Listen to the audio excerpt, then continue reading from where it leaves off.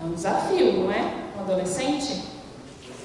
E aí eu queria contar para vocês uma coisa bem legal também. Esse artista aqui, dessa ilustração, olha que coisa linda. O nome dele, Nick, né? Quem é jovem é Nick? Arroba? É Avogado 6. Ele é um artista japonês. Diariamente ele lança esses desenhos.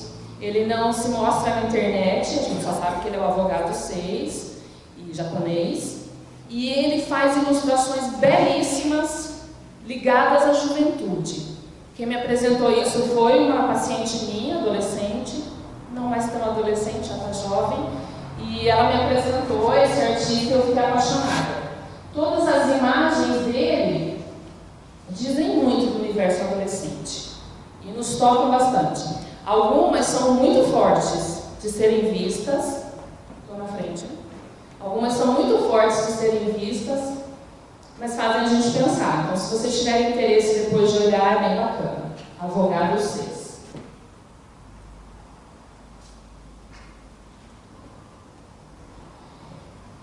Os impasses atuais da adolescência. Ele não sai do quarto. Ela só quer usar casaco de manga longa o dia todo. Está um calor de 40 graus e ela está de casaco. Ele só fica no videogame, ela só fica assistindo série em canais no YouTube. Ele não quer mais sair com a gente, não quer mais saber da gente. Não quer ir no almoço de domingo, no aniversário da avó, na reunião na casa da tia. Ela fica com vários garotos na mesma noite.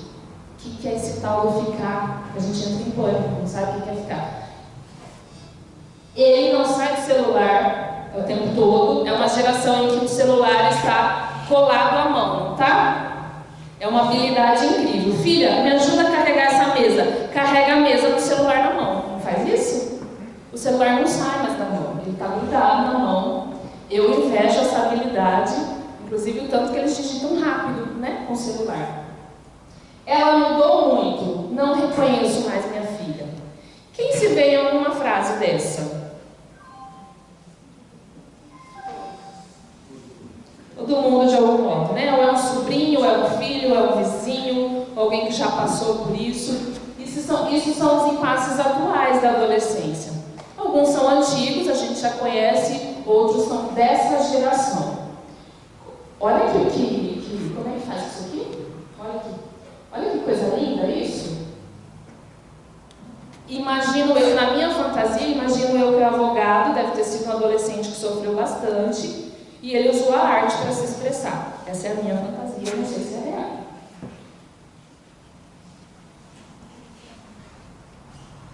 Acho que eu preciso de um adolescente aqui.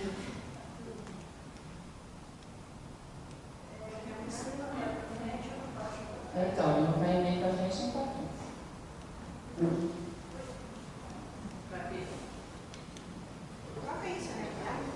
Ó, não está indo.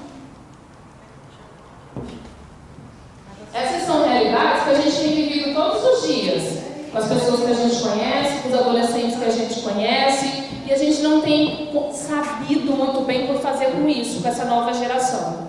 E aí a gente fica, normalmente, numa lamentação.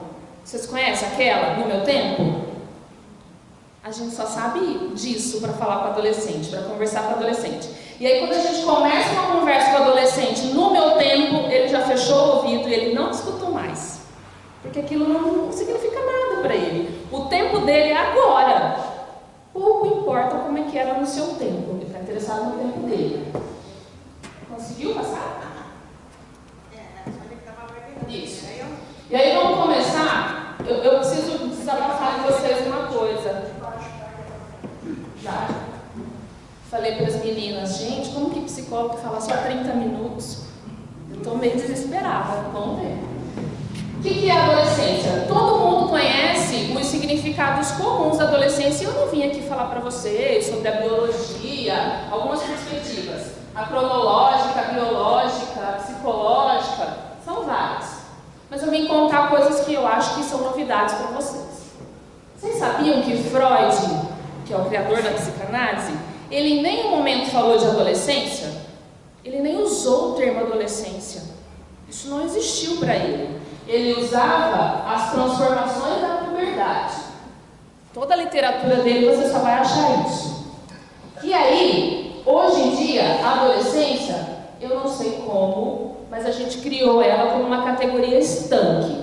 Em algum momento a gente definiu o que é adolescência, geralmente com termos pejorativos, e a gente enquadrou isso e acredita que é só isso que existe. Então a gente tem um saber sobre a adolescência, a gente acha que isso é verdade absoluta e acredita nela. E eu trouxe uma outra perspectiva para vocês. Um momento de passagem na adolescência, que é um intervalo entre o antes e o depois. Qual é o antes e o depois? A infância e a vida adulta. Ele está atravessando. Eu acho lindo isso, olha. É uma tentativa de atravessamento. Ele não sabe como é que ele vai fazer para atravessar ainda, para virar adulto. Ele está atravessando. Ele está tentando fazer isso. Na infância, a criança tem... Na infância, a criança tem o autoerotismo. O que é isso? Ela se satisfaz com o próprio corpo. Por isso que a gente vê o bebê brincando com o pé, com a orelha, explorando o próprio corpo. A criança, muitas vezes, pequenininha, ela não sabe brincar com a outra, não é? Você coloca duas crianças para brincar, elas não brincam juntas. Cada uma brinca sozinha, lado a lado, normalmente. Mas brinca sozinha, brinca com o próprio corpo, se satisfaz sozinha. Aí entra um problema na adolescência. Isso não serve mais. Ele vai precisar necessariamente do corpo do outro, que ele não sabe como fazer, porque ele não está sabendo nem lidar com o corpo dele. E eu nem estou falando de sexualidade, que é inegável também. Hormônios, aquela coisa toda. Mas ele precisa ter acesso ao corpo do outro para começar a se satisfazer. As relações com o corpo do outro, isso vai passar a existir. Aí começa o primeiro desafio dele. Um outro desafio. Ele começa a se questionar o que é ser homem e o que é ser mulher. E aí tem um problema, porque nesse século agora, a gente não tem mais definido o que é ser mulher, o que é ser homem. A gente não sabe mais. Existem milhares de definições. No tempo dos nossos avós, bisavós, era mais fácil. Existiam só duas categorias e era muito bem definida. O clássico homem, a clássica mulher, e não havia discussão sobre isso. Então ele precisa descobrir o que é ser homem e o que é ser mulher. E ele precisa, para o desespero de vocês, se separar das figuras parentais. Então não é uma chatice dele. É necessário que ele se separe de vocês para poder fazer laço com o outro. E isso é um afastamento, inclusive corporal. Normalmente quem sente bastante isso são os pais. A menina sempre sentava no colo do pai, brincava de lutinha, de rolar na cama. Agora ela, pai, não me encosta não, né? Tá meio estranho, paga mico. Depois, amanhã, mais tarde, ai, não me encosta. Porque é isso, esse estranhamento do corpo, e ela não quer mais fazer laço com o papai, quer fazer laço com as outras pessoas. Inclusive, o nosso desespero, ou não, acho que é alegria, não é nem desespero, a gente entender por que precisa fazer laço com o outro. Porque não dá para casar com o papai e com a mamãe. Precisa se afastar de vocês para se casar com outra pessoa. Então precisa fazer o laço com a outra pessoa. Para amar o outro é preciso deixar de vocês. E é temporário, porque depois que passa a adolescência, eles retomam os laços normalmente. Eu costumo dizer que o pai e a mãe têm que ficar na beiradinha da porta, meio que esperando. Eu estou aqui esperando. O dia que você quiser voltar, estou aqui à disposição. Porque tem pai que insiste no contato físico. E aí eu vou falar uma palavra da moda. Ranço, vai criando ranço, né, nos adolescentes. Aquilo invade o corpo dele e não é legal. Olha o desafio do adolescente. Como mudar continuando o mesmo? Olha que lindas essas imagens. Como é que ele pode mudar continuando o mesmo? Os valores da família, o que a família acredita, o que a família prega. desafio que ele tem, porque ele tem que virar gente sozinho, mas ele não pode esquecer as raízes dele. Angustiante isso, não é não? Trouxe uma novidade para vocês. A adolescência é uma construção. Eu não sei ainda em que momento nós construímos a adolescência. Se a gente rememorar, no tempo dos nossos avós, pouco atrás, não existia adolescência, existia? Não existia. Ou se era criança, ou se era adulto. Não existia todos esses dramas da adolescência. As pessoas começavam a trabalhar muito cedo, salvo que era muito rico, esse tipo de coisa. Mas as pessoas com 10 anos trabalhavam, não tinha as questões da adolescência.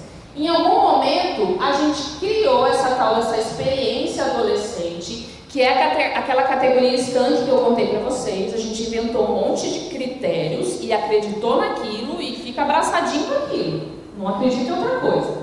Isso é criação desse século. Antes, as crianças tinham o adulto como modelo. A criança se espelhava no adulto. Era igual ao tio que ele queria ser, era igual à mãe que ele queria ser, era igual ao vizinho que ele queria ser, era igual ao professor que ele queria ser. A gente tinha os registros tradicionais. Lembra? O que é ser mulher, o que é ser homem, o que é ser um bom homem, o que é ser uma boa mulher, o que é ser um homem trabalhador, o que é ser uma mulher trabalhadora. Existiam esses registros. Então ele sabia como ser e como fazer, porque ele se espelhava no adulto. Com a criação da experiência adolescente, a gente está permitindo, autorizando e colaborando para o adolescente viver isolado. Quem ele tem como modelo? Outro adolescente. A gente diz que o adolescente é chato, dá trabalho, a gente não sabe como lidar, a gente não tem paciência, também não quer entender, finge que ele não existe, o elefante branco na casa. O que ele se faz? Ele se fecha com outros adolescentes. O que a gente fez? A gente tem um quarto com ar-condicionado, com cama de casal, com Netflix, com Spotify, com televisão de 50 polegadas, com blackout na janela. O adolescente vai fazer o que fora de lá? Ele vai ficar no quarto com outros adolescentes e tendo o outro adolescente como modelo. Ele não se inspira mais em nenhum adulto. Ele só se inspira em outro adolescente. Ele consulta o outro adolescente. E ele se espelha no outro adolescente. Ele está num momento de vazio do saber. Ele está esvaziado do saber. Ele tem outro adolescente como modelo. E aí é por isso que a gente começa a levantar algumas hipóteses, pelo menos na psicanálise. É por isso que a gente tem os modismos que tanto assustam a gente. Tem a fase da moda, não tem? Infelizmente, a gente está num momento em que a moda é suicídio. Tá assustador, não tá? Virou moda se suicidar. Virou moda se cortar. Você sabe, né? Os cortes que o adolescente faz. Isso é modismo. Teve uma fase que a moda era anorexia, bulimia. Hoje passou um pouco. Como é que se explica que isso é moda? É nessa hipótese que a psicanálise está levantando. Porque é só o outro adolescente que está sendo modelo. Se o outro adolescente faz, de algum modo... Eu não estou dizendo que o adolescente não pensa, gente. Não é isso, mas são os modelos, a repetição que vai contaminando os adolescentes. Então, a gente está contribuindo para isso. Nós, adultos, estamos contribuindo para isso. Opa. Um impasse contemporâneo. Um outro que eu vou contar para vocês. A gente está num momento do não querer saber. Porque não querer saber diz respeito ao campo do outro. Por que isso tem acontecido? Porque o saber hoje está no bolso, ou melhor, na mão. Está no celular o saber. Com 4G, em segundos, eu sei qualquer coisa do mundo, do universo. E zilhões de teorias. Antes, eu precisava do adulto, porque ele tinha o saber. Eu precisava do campo do outro, necessariamente. Eu sou do tempo da Barça. Minha família não tinha Barça, a gente não era rico, eu tinha que ir na biblioteca. Se eu quisesse saber alguma coisa, eu precisava perguntar para um adulto, ou eu tinha que ir na biblioteca consultar uma Barça. Então, necessariamente, eu e vocês, a gente precisava do outro. E aí, a gente usava vários recursos. Por exemplo, a sedução, a negociação, esperar a sua vez, implorar, pedir, ameaçar, qualquer que seja. Mas, outro, por favor, me diga esse saber que eu não tenho. Eu não sei que milagre que o professor ainda está fazendo em sala de aula. É admirável. Eu não sei como que o professor ainda consegue segurar uma turma de 30, 40, 50, 100 alunos numa sala. Porque ele não tem mais o saber. O saber está na mão, está no bolso. O adolescente dificilmente vai se interessar pelo que o professor tem a dizer. Ele não precisa mais daquilo. Ele tem 4G, ele tem um celular. E geralmente o celular do filho é mais moderno que o dos pais. Não é isso? É mais rápido.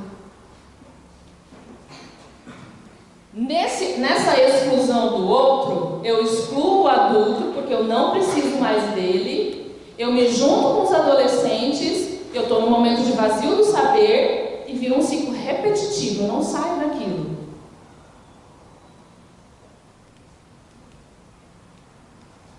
Acho que até o final eu domino o negocinho.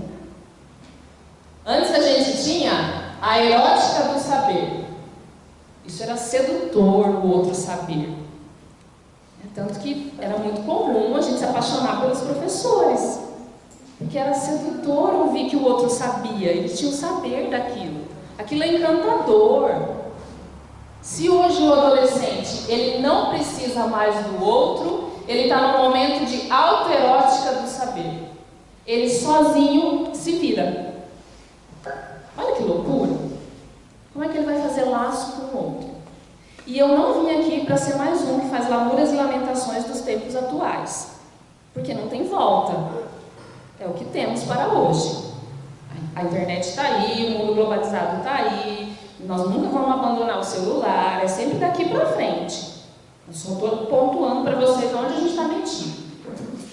Aqui eu já falei, para poder existir, inclusive existir, o saber precisava ser transmitido por um adulto.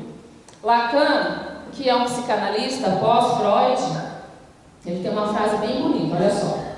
Para que o saber possa ser transmitido, o adulto, o professor, deve conseguir demonstrar como o saber transformou sua própria existência.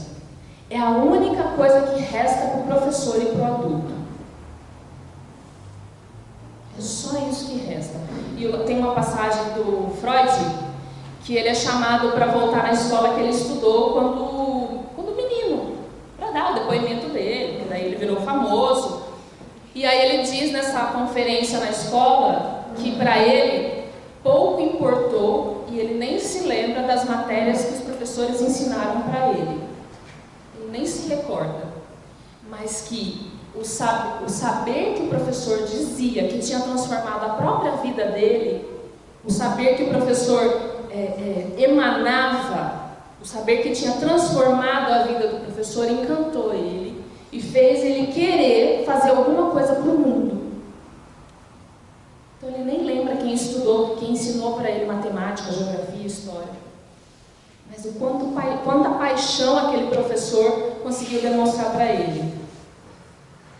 E é isso ainda que une, que o professor está tentando fazer essa mágica e acho que está conseguindo fazer milagre ainda, de segurar uma sala de aula, inclusive numerosa. Um verdadeiro milagre. Inclusive, se a gente não mudar a educação, a gente vai ter sérios problemas, não vai? Porque esse modelo não está mais servindo. Tem o saber no bolso. Então vamos relembrar. Dificultamos a saída da adolescência e prolongamos a experiência. Não tem adulto que está morando até 30 anos com os pais? Eles não querem mais sair de casa. Tem que pagar conta, não tem? Tem que pagar água, luz, empregada, lavar roupa. Dá trabalho, pagar boleto, e aí eles vão ficando na casa dos pais, né? A gente tem isso para administrar o mundo digital, é uma coisa que não tem volta, e aí tem uma coisa que é muito comum na adolescência, a procrastinação. E isso foi exacerbado pelo mundo digital, porque no mundo digital é uma extensão do infinito. Não tem fim no mundo digital. Quando a gente está fazendo uma pesquisa, a gente vai abrindo as janelinhas, não vai? Toda hora, quando a gente se dá conta, tem um monte de janela aberta, inclusive trava o computador. Aquilo não tem fim. Eu costumo dizer que comprar alguma coisa nos tempos atuais gera angústia e sofrimento. Eu fui comprar um colchão. Você já viu quanta loja de colchão tem nessa cidade? Quanto modelo de colchão, por exemplo? E aí você vai ler na internet e aquilo dá mais angústia. Porque um fala bem, outro fala mal. Tem várias especificações. E aí eu fiquei adiando a compra do colchão, obviamente. Eu fiquei procrastinando, porque eu não conseguia me decidir, porque era muita coisa. Então, isso contribui para o adolescente procrastinar. E aí, lembrando que a gente fez um quarto intocável para ele, não fizemos? Ele vai ficar lá dentro. Inclusive com o ar-condicionado ligado. E a gente gritando que a conta está cara, né? De luz. Os impasses da adolescência, que são inegáveis. A gente tem a mudança de mundo. E isso, os pais precisam se atualizar do que tem acontecido. Um exemplo clássico é o tal do ficar. Porque no tempo das mães, ficar tinha um significado. Hoje, para o adolescente, ficar tem outro significado. Pergunte ao seu filho, o que é ficar? O que é o crush? O que é mexer alguém? Fulano está mexendo ciclano. A gente tem que se atualizar. Teve pai que já olhou estranho. O que é isso? A gente precisa perguntar para os nossos filhos o que é isso. Até para a gente ficar lá na portinha do quarto esperando para fazer laço de novo com ele. Precisa ter assunto. E uma dica é fazer igual a gente faz com criança. Né, filho? Se a gente perguntar para o adolescente, como é que foi a aula? O que ele vai responder, gente? Normal. Normal. Oi, mas esse tem um ódio desse tal normal, não tem não? Foi bem normal. Mas não mudou nada. Normal. O que isso significa, gente? Normal. E aí, para criança, se a gente pergunta, lá em casa também vem normal. Foi tudo bem, normal. E aí a gente faz perguntas específicas. A gente tem que começar a descobrir o nome do professor, o nome dos colegas. E o professor João fez gracinha hoje na sala? Fez. Hoje ele contou a tal história com fulano, com ciclano, com beltrano. Ele fez isso, fez aquilo, fez aquele outro. Aquilo aproxima as gerações. Porque o normal não significa nada. Acabou o assunto, o adolescente põe o fone de ouvido e a gente fica de Uber. Não é isso? Não se troca a palavra no trajeto, né? E aí, eu trago esse termo que a psicanálise usa muito. É necessário que a gente faça uma invenção para se relacionar com esse adolescente, para administrar as mudanças de mundo e os impasses da adolescência. Cada pai e mãe vai inventar o seu modelo de se relacionar com o seu filho. O que funciona com uma família não funciona com a outra família. É da ordem da invenção. Aliás, viver é da ordem da invenção. A gente inventa um jeito de viver. A vida não tem lógica, não tem sentido e a gente inventa sentido para ela, não é isso? Com o adolescente é a mesma coisa. A gente vai ter que partir para a criação. A gente tem hoje um adolescente desbussolado, porque nós adultos também estamos desbussolados. Lembra que a gente não tem mais as categorias definidas? A gente não tem mais o que é ser isso, o que é ser aquilo. Está tudo desorientado. A psicanálise costuma dizer que a gente está desbussolado, e o adolescente também, não tem mais bússola. O adolescente está à deriva. E aí tem uma frase muito boa do Bauman, que vocês conhecem provavelmente, que a gente está num suspenso e um futuro líquido. Essa expressão do Bauman que é conhecida, que é a sensação de que tudo nos escorre pela mão. Tudo é líquido, tudo é muito rápido. Em milésimos de segundo muda, foge do nosso controle, que é a sociedade que a gente vive hoje. Um exemplo são os bens duráveis que não duram mais nada, por exemplo. A geladeira não dura mais. Tem geladeira que era da bisavó que está funcionando até hoje, não é isso? Mas a nova geração que compra uma geladeira, dali a alguns anos, acaba, não funciona mais. As coisas não são mais para durar, né? E as relações também. E uma das coisas que a gente pode tentar, não pode tentar, isso é uma obrigação. A gente precisa ainda imiscuir. Conhece esse termo? A gente precisa se meter na vida do adolescente. É o único jeito. A gente precisa se meter na vida dele. Ele não vai gostar. Ele vai bater porta, ele vai criticar, ele vai dizer que você é o pior pai do mundo, a pior mãe do mundo, que na casa do fulano é bem melhor, é bem mais legal, é bem mais fantástico, que você é uma péssima mãe, que você é um péssimo pai. Ok? Pai e mãe não nasceu para ser amado. Não é essa a nossa função. O amor é gratuito. A gente vem com outra função. A gente precisa se meter ainda na vida do adolescente. A gente está deixando solto. Porque é chato, dá trabalho, é um impasse se a ver com o adolescente. E aí a gente finge que não está vendo e deixa ele se virar. Se você não assumir, alguém vai ter que assumir o lugar do adulto. Pode ser qualquer um. Quem tiver disponível vai assumir esse lugar do adulto. Se você quiser assumir, é legal a gente lembrar de algumas coisas que funcionavam há muito tempo que ainda funcionam. Adolescente detesta aquilo que não é combinado. Regras, elas ainda precisam existir. Não está fora da moda a regra. Isso ainda precisa existir. Combinados. Ele pode bater porta, ele pode gritar. Eu costumo dizer que se o adolescente estiver gritando, batendo porta, fazendo cara feia, ou virando o olho, reclamando, ele está saudável. Você não vai achar legal. Você pode até criticar, e botar de castigo, as regras da família. Mas por dentro fica feliz.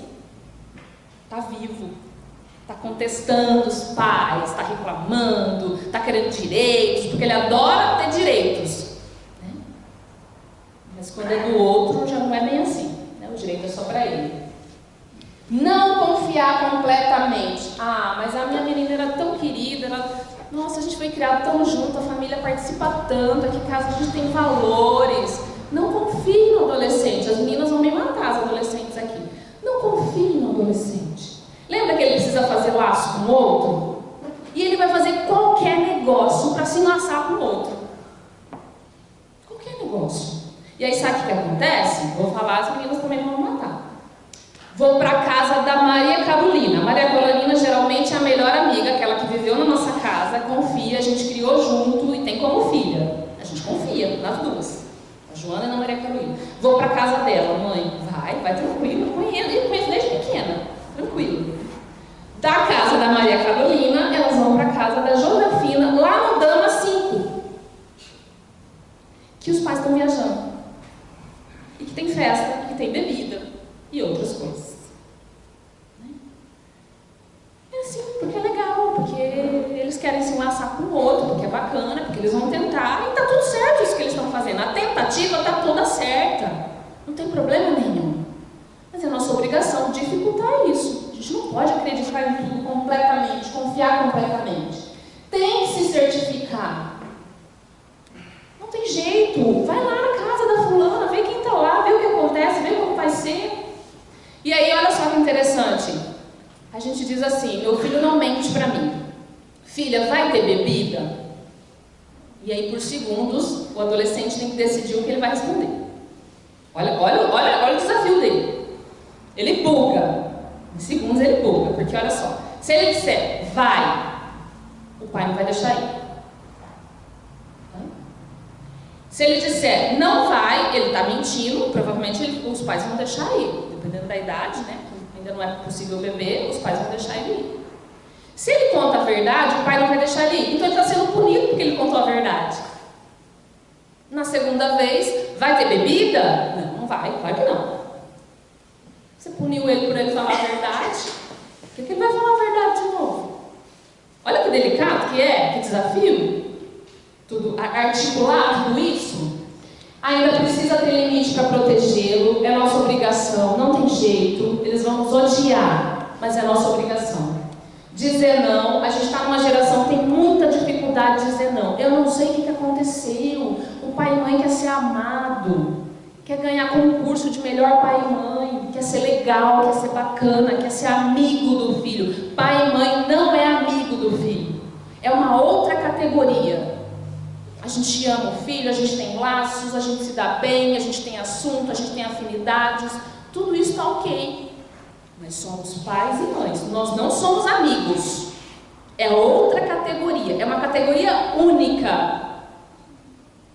Não tem como ser pai, mãe e amigo. É excludente, ou você é uma coisa ou você é outra. Uma coisa exclui a outra. Não tem jeito. É uma geração que a gente não está dando consequência e a gente não está frustrando. A gente morre de medo de frustrar o filho porque ele vai se matar. Quando tem um suicídio na cidade, na semana seguinte, todo pai e mãe é bonzinho. Deixa tudo, porque morre de medo do filho ficar frustrado e cometer suicídio. É um desafio para nós. Tentando correr aqui. Eu sugiro que vocês assumam o lugar de pai e mãe, que é esse lugar único, que vocês, imagino eu, que escolheram assumir. Né? Mesmo quando você fica grávida sem querer, eu não acredito nesse termo do grávida sem querer, mas ok. Mesmo quando você fica grávida sem querer, a gente decide levar uma gravidez adiante, a gente decide não entregar para adoção, a gente decide não jogar no lixo, a gente decide não dar para o outro, para o vizinho. A gente decidiu ser pai e mãe, é uma decisão que a gente tomou em algum momento. E aí eu vim contar a última coisa para vocês, que talvez ajude vocês a terem mais audácia e invenção para criar a relação com o adolescente. Não tem como passar uma vida sem traumas e marcas. Não existe. Se é ser humano, se nasceu, tem traumas e marcas. Agora, não escute o termo trauma com essa coisa pejorativa da psicologia, o fulano é traumatizado. Não, eu estou falando de trauma. No termo mais simples da palavra. A gente tem traumas o tempo todo. A gente tem marcas o tempo todo no corpo, na alma, no coração, na memória. Não tem como passar uma vida sem isso. Então, na tentativa de fazer o nosso filho ser muito feliz, ter tudo, a gente acha que uma das formas é não criar traumas e marcas. E não tem como passar uma vida sem traumas e marcas. Vou contar, já estourei meu tempo, né? Vou contar uma história bem rapidinha, de consultório. Vocês estão rindo aqui, né? Mas, gente, psicólogo falar 30 minutos é muita judiação, isso. Vou contar uma história rapidinha para encerrar. Eu conto sempre a mesma história, porque inclusive ela me foi autorizada. Atendi uma paciente, adolescente, que foi para o consultório por diversos motivos, né? E dentre um desses, tem uma história interessante disso, de traumas e marcas. A mãe, a família, era uma família muito abastada, de muito dinheiro, com muitas condições, e aí a mãe pensou, puxa, eu preciso fazer alguma coisa para os meus filhos não serem alienados, não achar que o que a gente tem aqui em casa é a realidade do mundo lá fora. Nós temos tudo, não nos falta nada, né? Sobra, né? Então eu vou fazer alguma coisa para os meus filhos terem noção. Pensou, eu vou, já sei, atenção filhos, vem cá, a partir de agora a gente vai começar a visitar um abrigo de crianças abandonadas, né? Para vocês conhecerem outra realidade, para vocês saberem como funciona. Explicou tudo para as crianças, nós vamos visitar. E assim foi, passou a visitar regularmente esse abrigo de crianças. Ok, não é louvável essa atitude? Quem condenaria? Ninguém, né, gente? Louvável. Poxa, vamos mostrar para os nossos filhos que existe outra realidade que não a nossa. Lindo. A terapia deu andamento e lá pelas tantas surgiu a seguinte marca na vida dessa adolescente. Quando criança visitava esse abrigo, esse orfanato, criança fantasia muito, né? Muito do assunto de um adulto numa terapia são das fantasias de quando ele era criança. Então a criança fantasia. E uma das fantasias que essa criança teve foi, apesar da mãe ter explicado o motivo de ter ido nesse lugar, ela fantasiou que a mãe estava visitando aquele abrigo para deixá-la lá. Então a mãe está vendo como funciona esse local, porque a qualquer momento ela vai me deixar aqui. E todos os dias de visita, que normalmente era, sei lá, uma vez por mês, a angústia, o desespero de será que é hoje o dia que ela vai me deixar aqui? Sei lá, porque a gente brigou, porque eu e minha irmã a gente brigou, porque eu não fiz tarefa, porque eu desobedeci, essas coisas. Então, nem quando a gente acha que está abafando com os filhos, a gente sabe o que aquilo vai virar dentro do filho. A gente nunca sabe quais serão as marcas que vão ficar no filho. Então se liberta disso. A gente tem que usar mais a intuição, a invenção. As marcas e os traumas que o filho vai ter, ele que vai pagar uma terapia depois, para conversar com o analista sobre aquilo. Ou ele vai inventar um novo jeito de viver. Até porque é possível viver cheio de traumas e marcas. A gente vive. E é por isso que a geração de vocês diz: ah, mas eu apanhei, estou aqui vivo, não aconteceu nada. São as marcas que a gente tem. E tantas outras. Então não tenha medo de deixar essas marcas no adolescente, no filho. O que a gente mais quer é isso aqui. Olha que imagem linda. É um filho que vai se desenvolvendo sozinho, inventando o seu jeito de viver, para ser independente da gente. Para ele inventar a sua forma de viver. A invenção que ele vai criar para viver no mundo.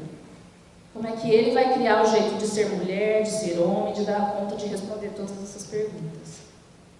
Porque o que mais nós pais queremos é que os filhos nos superem, não é isso? A gente sempre quer que os filhos sejam mais do que a gente. Mais inteligentes, ganhem mais dinheiro, tenham mais sabedoria, tenham mais estudo. É o sonho de todo pai e mãe.